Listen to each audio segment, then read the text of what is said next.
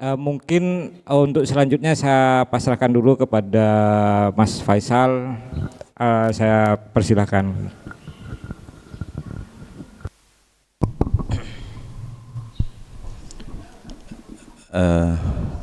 Assalamualaikum warahmatullahi taala wabarakatuh. Alhamdulillahirabbil alamin wassalatu wassalamu ala sayyidina Muhammadin wa ala alihi washabihi ajmain amma ba'du.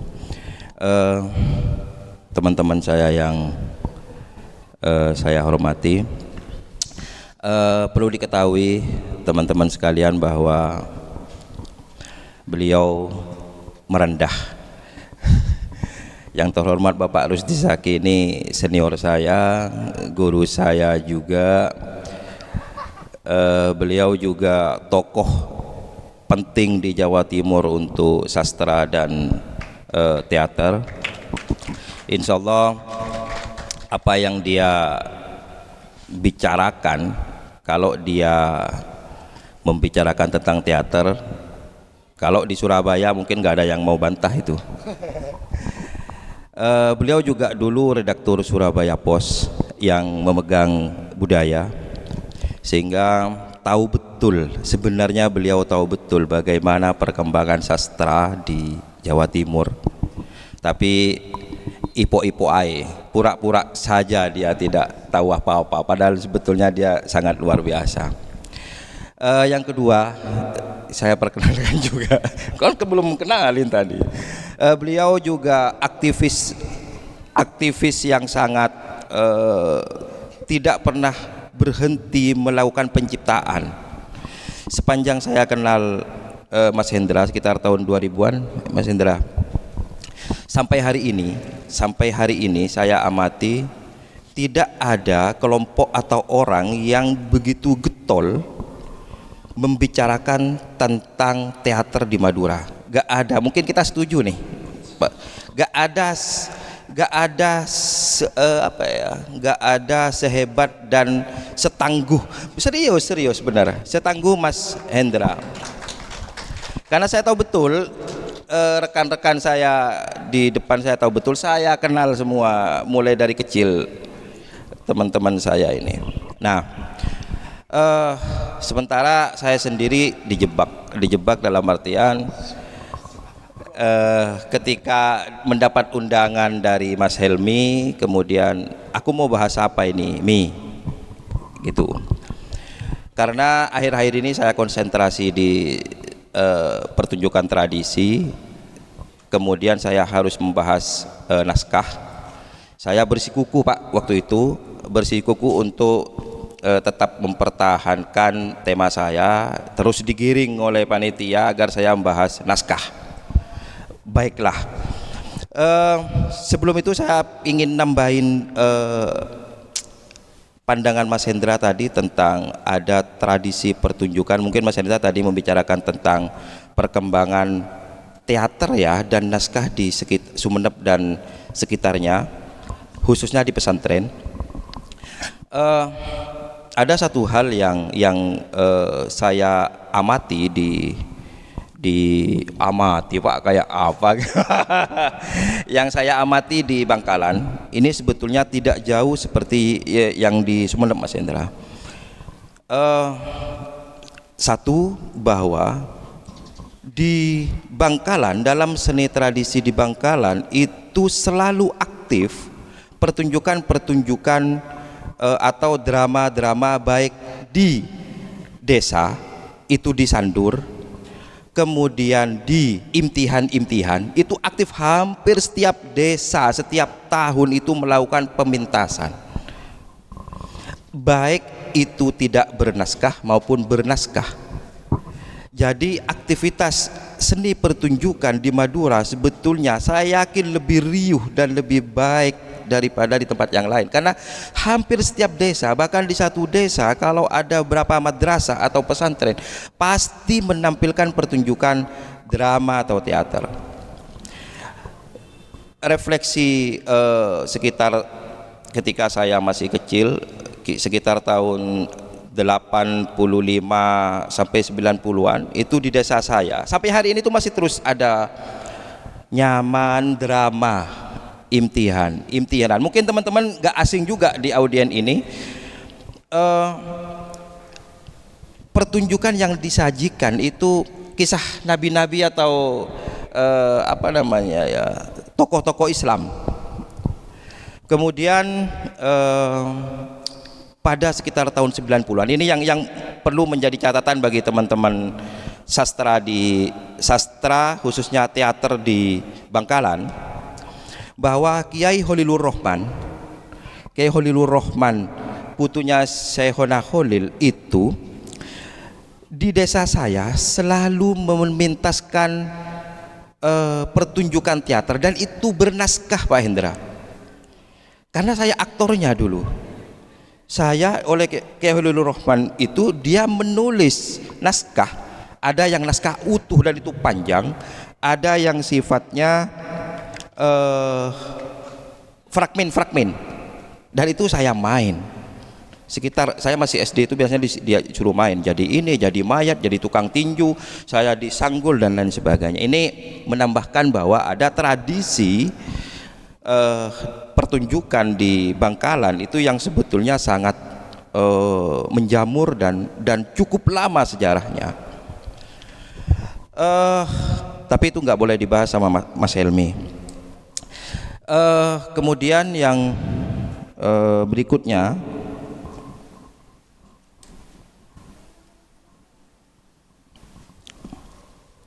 sebetulnya yang lebih penting dan tidak boleh dibahas juga sama Mas Helmi itu bulan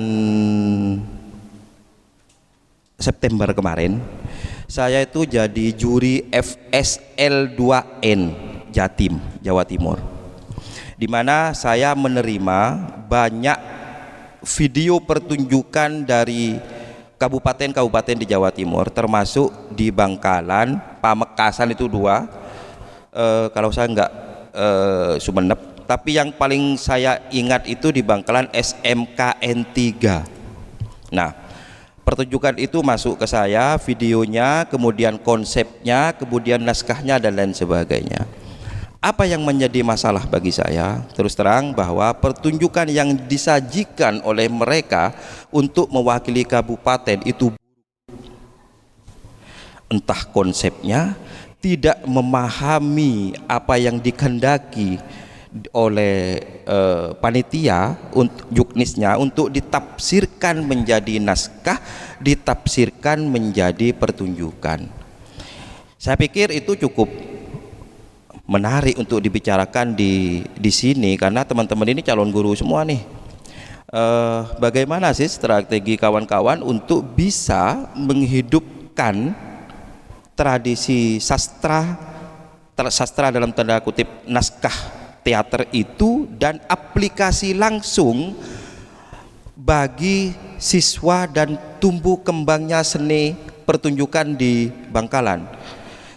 Kenapa? Karena kita tidak berjarak dengan tradisi itu. Sebetulnya dalam setiap desa tadi ada pertunjukan, kemudian ada ruang sebetulnya Mas Hendra. Jadi kalau nggak salah ada lomba-lomba itu ya, biasanya dinas-dinas sampai kabupaten, lomba tingkat SD, SMP, SMA, SMK.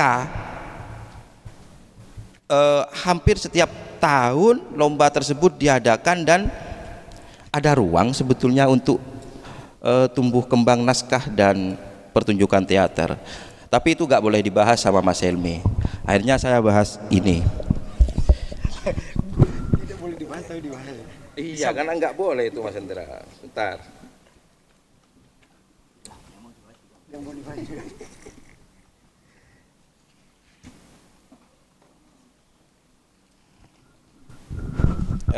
Saya baca aja karena ini naskah pidato. Saya ngomong ke Helmi, buat makalah nggak bisa, saya bisanya buat pidato.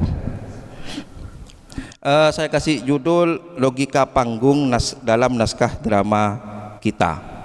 Datanya hampir sama dengan Pak Rusdi dan Mas Hendra tadi. Cuma ada beberapa hal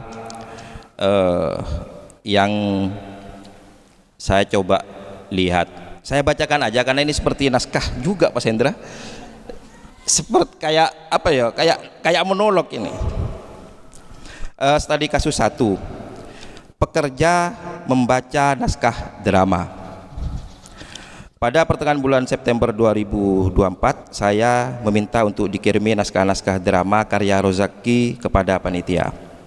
Sebagai respon atas undangan kepada saya untuk membicarakan naskah drama karya sastra Madura. Kemudian saya dikirimi karya tersebut, yaitu Bidadari dan Pencuri Sapi, Dicari Guru Privat Dunia Akhirat, Negeri Tanpa Hari, dan 11 kumpulan naskah drama masyarakat lumpur. Sama datanya Pak, sehingga ini yang saya sebut, saya dijebak untuk masuk ke naskah-naskah ini. Kemudian saya membaca naskah-naskah tersebut di sela-sela kesibukan saya bekerja, sehingga kurang konsentrasi dan fokus. Saya tidak bisa menikmati sastra senyaman dulu. Ini banyak keluhan teman-teman saya juga, Mas Hendra.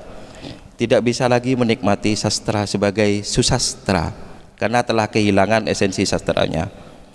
Sewaktu menjadi mahasiswa dan belum beranak 3, anak saya bawa 2 di sini, di mana imajinasi dan pikiran saya belum didamaikan oleh etika dan moralitas. Otak saya dipenuhi oleh pikiran-pikiran non sastrawi dan estetik. Saya membaca naskah-naskah tersebut sebagai hanya konsumsi pikiran, menikmati permainan adegan, dialog, dan aspek dramaturgnya. Saya berupaya membaca naskah-naskah tersebut sebagai sebuah karya sastra, sebagai hiburan, tidak lebih. Sebab saya tidak menggunakan logika panggung ketika menganalisis naskah tersebut. Saya tidak memakai analisis tekstual sama sekali ketika membaca naskah-naskah yang disodorkan ke saya. Saya hanya menikmati sebagai sebuah karya sastra. Tidak ada keinginan untuk memainkannya di atas panggung, sehingga logika yang saya pakai adalah logika konsumtif, pembaca yang pasif. Saya tidak berupaya mencari kemungkinan-kemungkinan artistik dalam bentuk pemanggungan. Saya tidak berupaya sekreatif mungkin untuk menemukan adegan-adegan, gerak tubuh, intonasi dialog, dimensi panggung, sorotan lampu, dan ilustrasi musik yang sesuai dengan naskah-naskah yang saya baca tadi. Ibarat mesin fotokopi, saya hanya membaca sekilas naskah-naskah tersebut sebab saya pekerja. Kesibukan telah mencerabut sensitivitas estetika dan ruang kontemplatif dari jiwa saya. Ketika saya membaca naskah Negeri Tanpa Hari yang ditulis Rozaki, itu tahun 2024, saya menemukan kebahagiaan. Ini saya baru menemukan kebahagiaan. Naskah ini paling relate dengan situasi saya saat ini, sebab saya butuh waktu istirahat. Tidak ada istilah kerja dalam pikiran saya, dan begitulah sebuah karya yang bagus. Sesuai dengan situasi pembaca, saya membayangkan menjadi aktor dalam naskah monolog tersebut. Ini saya merasakan hal yang berbeda ketika membaca naskah Rozaki yang Negeri Tanpa Hari minggu ini. Saya membayangkan menjadi aktor dalam naskah monolog tersebut. Saya menjadi Hariman. Penulisnya ada di belakang tersenyum. Saya membaca dengan penuh perasaan. Emosi saya menguap ketika melantunkan dialog-dialognya. Saya telah kehilangan diri saya. Saya menjadi tokoh sekaligus aktor pada naskah tersebut. Saya jadi ikut lelah, ikut putus asa, ikut muak dengan sistem hari. Kutipan dialognya, hari benar-benar bermusuhan denganku. Senin, Selasa, Rabu, Kamis, Jumat, dan Sabtu, semua memburu, mendesak, dan memaksaku. Hanya Minggu sedikit ramah dan memanjaku. Saya senang dan betul-betul merasakan naskah ini. Mungkin perasaan saya mewakili 4.758 orang PNS. Saya tadi malam set ini, ternyata ada 4.758 PNS. Mungkin hal yang sama juga dirasakan oleh 1.050.000 tentara Indonesia, atau miliaran manusia pekerja di seluruh dunia yang juga mengharapkan hal yang sama, yakni merindukan istirahat. Perasaan itu berbeda 20 tahun yang lalu, 2024, saya ingat betul waktu itu ketika pertama kali membaca naskahnya Rozaki di kos-kosannya Helmi di Kemayoran. Di belakangnya kantor pajak, sebelah madrasah ibtidaiyah, sebelah kontrakan anak-anak SMA. Iya, seingat saya Rozaki waktu itu masih mahasiswa. Waktu itu saya berpikiran liar tentang naskah tiada harinya Rozaki ini. Waktu itu saya membayangkan dan membandingkan naskah Rozaki ini dengan metamorfosanya Kafka. Saya nggak tahu ada keterkaitannya nggak, tapi mungkin mau nggak mau kalau sastra mungkin bisa disamakan, kata ada proses metamorfosis dan kelelahan terhadap sistem modern. Waduh, koyo yoyo omonganku. Teman-teman sekalian, sebenarnya apa yang ingin saya katakan dari analogi kasus satu pendek sebetulnya, yakni sebuah karya yang bagus ialah menerobos ruang dan waktu. 20 tahun itu saya masih mengalami hal yang sama. Naskah yang bagus mampu berada pada aspek sensitivitas kemanusiaan, bukan pada isu-isu sosial dan lain sebagainya, tapi aspek-aspek kemanusiaan itu yang menyentuh saya, meskipun dalam situasi yang berbeda antara tahun 2024 dengan hari ini 2024 dan 2024.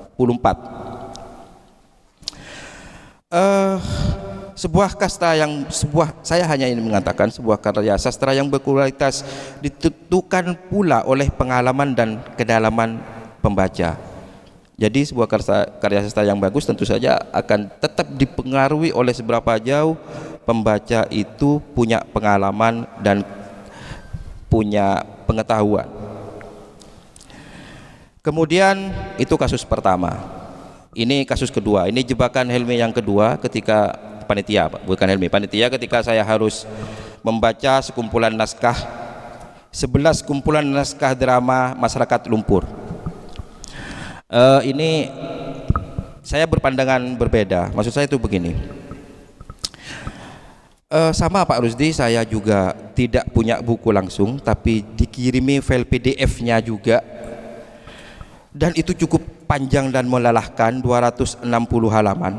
Sementara mata saya sudah mulai minus, sedikit rabun, dan sebagian besar para penulis dalam kumpulan naskah itu saya kenal betul orangnya, bahkan sahabat saya. Maka saya memilih membaca puisinya karena begitu tebalnya. Saya memilih naskahnya, hanya teman-teman saya yang saya baca.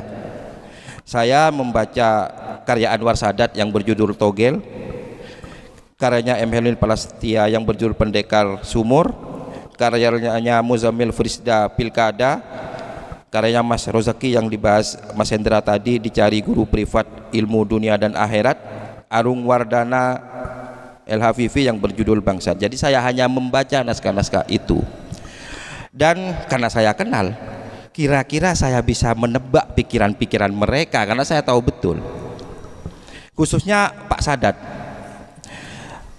Tesis saya Togel, disertasi saya Togel, Sadat nulis Togel. Ini pasti tidak menarik dan lebih bagus pikiran saya. Sebelum membaca, maka saya baca, benar.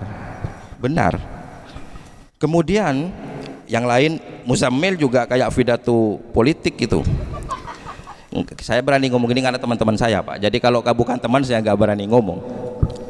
Kemudian ini yang membuat saya harus berpikir lagi ketika saya bertemu dengan, saya membuka halaman 109, saya tergoda untuk membaca naskah karya penyair muda progresif, orangnya ada di sini, yaitu Djoko Sucipto.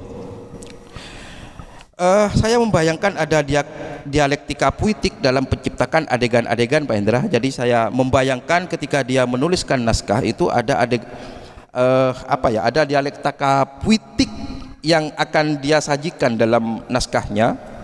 Kemudian ada permainan tipografi dalam tubuh-tubuh aktor, atau ada daya ungkap estetik dari imajinasi kultural sebagaimana terwujud dalam puisi-puisi dia. Saya juga membaca puisi Kelonong itu. Saya mengharap paling tidak ada pencapaian estetika yang sama dalam naskahnya Mas Joko. Nggak apa-apa karena teman, karena orang-orang yang saya kenal semua. Maka ketika saya membaca naskahnya Mas Joko, maka aura kesantrian saya tiba-tiba memberontak. Saya mengenyam pendidikan di pesantren cukup lama, sekitar 9 tahun lebih. Maka ketika membaca naskahnya Mas Joko, kesantrian saya memberontak. Tidak bisa saya kendalikan dan bersikap objektif. Saya membaca dengan perspektif oposisi, antitesis, menolak logika dan narasi yang dibangun oleh Djoko Sucipto. Ini berbalik dengan harapan saya tentang capaian-capaian artistik puitik. Sorry Pak Joko.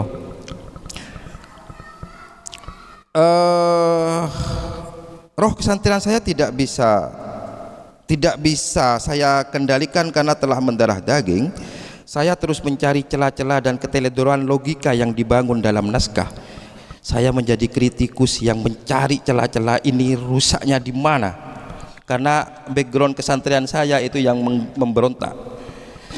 Saya sangat subjektif ketika membaca teks ini. Berikut opening naskah tersebut. Ada narasi, kemudian ada suara kur, alif, ba, ta, sa, jim dan lain sebagainya. Kemudian sampai pada sedang di jalan bertemu dengan Tuhan tanpa yang Maha Esa. Ini problem utama kesantrian saya memberontak. Mungkin dijelaskan bahwa Tuhan bukan Tuhan yang Maha Esa, tapi justru di sini yang menjadi persoalan saya. Saya terus membacanya dan terjadilah dialog panjang antara Lasmi dan Tuhan. Saya membayangkan panggung. Ini bedanya ketika saya pertama membaca sastra sebagai konsumsi artistik seperti puisi-puisinya. Kemudian ketika saya membaca naskah drama itu menggunakan logika panggung. Saya membayangkan menjadi sutradara. Saya mencoba meliarkan imajinasi saya sekafir mungkin untuk menemukan sosok aktor Tuhan. Saya googling yang muncul gambar-gambar Yesus. Saya tidak menemukan sosok atau bentuk aktor dalam tanda kurung Tuhan dalam imaji pemanggungan saya. Saya sudah lelah sekali untuk menjadi sutradara dan membayangkan logika panggung. Sekedar catatan, saya pernah riset dan kebetulan juga pernah konsultasi dengan Pak Mahendra dan beliaunya juga Pak Rusdi Zaki tentang naskah Rey, ya kan? Saya pernah naskah itu. Kemudian saya menggoogling visual dan penjelasan tentang malaikat maut. Karena di naskah Rey karya Ahudiat itu ada El Maut. Maka untuk melakukan riset mendalam saya coba googling visual gambar malaikat maut dan itu sangat-sangat mengerikan dan saya tidak bisa memvisualkan dan menghadirkan dalam panggung. Apalagi Tuhan. Ini yang menjadi persoalan saya ketika melakukan pembacaan dan dijebak oleh Helmi itu tuh aku dijebak oleh panitia dan Helmi untuk masuk ke teks naskah. Saya tidak bisa membayangkan bagaimana aktor Tuhan di atas panggung itu mendialogkan, mengiramakan dialognya, melantunkan kata-katanya dari mulut aktor, kemudian bagaimana suara tawa Tuhan itu. Berikut kutipan dialognya di halaman 112. Tuhan, ini dialognya Tuhan. Risau, kacau, kebalauan, hahaha, 3 kali. Sebuah wacana yang menarik Laksmi. Saya tidak bisa membayangkan di panggung itu Tuhan tertawa, meskipun itu bukan yang Maha Esa. Jadi logika-logika seperti ini yang sebetulnya berjarak antara bagaimana naskah drama dikonsumsi sebagai sastra dan naskah drama dikonsumsi sebagai pra penciptaan panggung. Sebetulnya apa yang ini saya katakan? Pendek sebetulnya, bahwa naskah drama memiliki logikanya sendiri, yakni logika panggung, bukan hanya keliaran imajinasi dan kebebasan eksperimentalitas bentuk, baik itu tokoh, setting, alur dan sebagainya. Logika dramatik masih butuh dihadirkan dalam sastra drama. Kasus yang ketiga, mungkin ini sama dengan teman-teman. Saya kasih judul akademisi membaca naskah drama. Saya memburu buku Cut Out dari deklarasi makna yang menjadi referensi teman-teman itu selama 2 tahun karena memang cukup sulit untuk didapat waktu itu. Saya mencoba membaca dan melihat ada Rozaki, ada Mas Sohifur Ridhoi, dan ramai diperbincangkan di ruang-ruang WAG, di tempat pertemuan-pertemuan para teman-teman teater, bahkan di kampus-kampus itu naskahnya Sadat, USG Scan. Maka pada tahun 2020 seorang mahasiswi jurusan teater STKW, Francisca Putri, CC Pak, ini mendatangi saya mau skripsi. Oke, ini kesempatan dalam pikiran saya. Kamu nulis skripsinya USG Scan. Ini saya sebetulnya hiburan di kepala saya. Kemudian ketika dia diskusi, saya sodorkan naskahnya. Dia shock ketika membaca naskah Sadat yang berbentuk sketsa gambar tersebut. Dia sebagai seorang ibu, ia penasaran dengan isi kepala seorang lelaki sebetulnya. Karena dia ibu, dalam itu benar-benar bisa tah Sadat itu merasakan USG Scan itu? Itu pertanyaan pemantik awal dari mahasiswa itu ketika mencoba melihat naskahnya. Sebagai seorang ibu, ia penasaran dengan isi kepala seorang lelaki ketika melihat perempuan hamil. Dengan berbagai kerumitannya, ia kemudian menganalisis naskah USG Scan melalui pakai semiotiknya Bat, kemudian perspektifnya feminisme. Skripsi Francisca akhirnya diuji dengan judul Tafsir Tubuh Gestasi pada Naskah Teater USG Scan karya Anwar Sadat, kajian feminisme. Saya menikmati proses ini sambil mendengarkan sumpah serapah Francisca. Mesa-mesu Pak, ini pusing sekali dan hampir putus asa. Kemudian upaya validasi USG Scan sebagai sebuah naskah ini kan perlu diuji. Apakah ini bisa dipentaskan atau tidak? Kemudian ia membuat sketsa panggung, alur dan kemungkinan untuk dipentaskan. Hasil analisa Francisca menyimpulkan mitos tentang perempuan hamil masih mendominasi di masyarakat. Kesan patriarki masih mendominasi naskah. Naskah menyuguhkan topik kehamilan dengan memposisikan laki-laki sebagai subjek. Subjektivitas penulis, orang yang nggak ada ini, Anwar Sadat, begitu memojokkan perempuan sebagai objek. Waktu ketika dia diskusi dengan saya selalu membayangkan wajah Anwar Sadat ketika karyanya sedang dibicarakan oleh orang-orang. Cak Methuren padang kejudan netok, Cak Methuren kejudan. Sebetulnya apa yang ingin saya katakan, yakni bahwa penulis-penulis Madura modern mulai dari 2004 yang saya tandai lewat Rozaki, Anwar Sadat, Sohifur Ridhoi dan teman-teman yang lain telah menjadi bagian penting dalam perkembangan naskah drama di Nusantara. Dan saya sangat bangga terhadap pencapaian itu. Dengan demikian, sepanjang 20 tahun saya membaca karya drama penulis Madura tersebut, meskipun cenderung tidak sereproduktif karya seni-seni yang lain, memang jauh ya kalau sama puisi dan cerpen naskah drama, karena memang ruang nggak ada, ruang untuk menulis sastra nggak seperti koran yang menyediakan ruang sastra berupa cerpen atau puisi. beliau sangat tahu betul nih Pak Rusdi Zaki. Nah, namun dengan kehadiran antologi naskah 11 penulis tadi dan beberapa naskah-naskah yang saya yakin belum terdokumentasikan dengan baik di lingkungan Madura, saya pikir cukup membanggakan Mas Hendra, karena saya juga tidak begitu produktif menulis naskah juga. Bagi teman-teman sekalian, mungkin tugas teman-teman adalah diantaranya melakukan dokumentasi, melakukan analisis lebih jauh terhadap naskah-naskah yang telah ditulis oleh teman-teman Madura sendiri.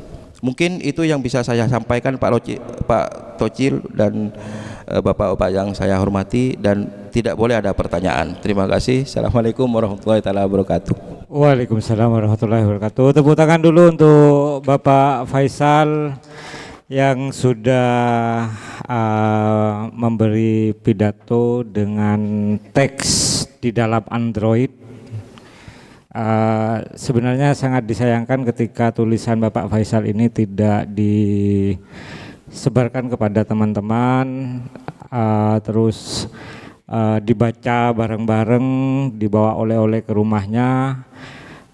Apa yang saya tangkap dari bahasan Bapak Faisal itu tentang bagaimana perkembangan naskah drama secara akademisi di Madura, dan tentang antologi naskah drama yang mungkin di Madura diawali oleh komunitas masyarakat lumpur, dan saya berharap juga masyarakat lumpur memberi antologinya kepada kami gitu, tidak hanya berupa file gitu, karena kita sudah, kalau saya pribadi sudah jenuh juga membaca, apalagi menonton pertunjukan di panggung 5 menit itu, di panggung 5 in gitu. Saya menyebutnya panggung 5 in ketika saya nonton pertunjukan di Android, dan ini sangat membosankan juga gitu. Mungkin saya akan membuka, bukan pertanyaan sih, atau apa yang mau disampaikan oleh teman-teman tentang yang sudah disampaikan oleh ketiga narasumber, dari Bapak Rusdi Zaki, dari Bapak Hendra, dan Bapak Faisal gitu.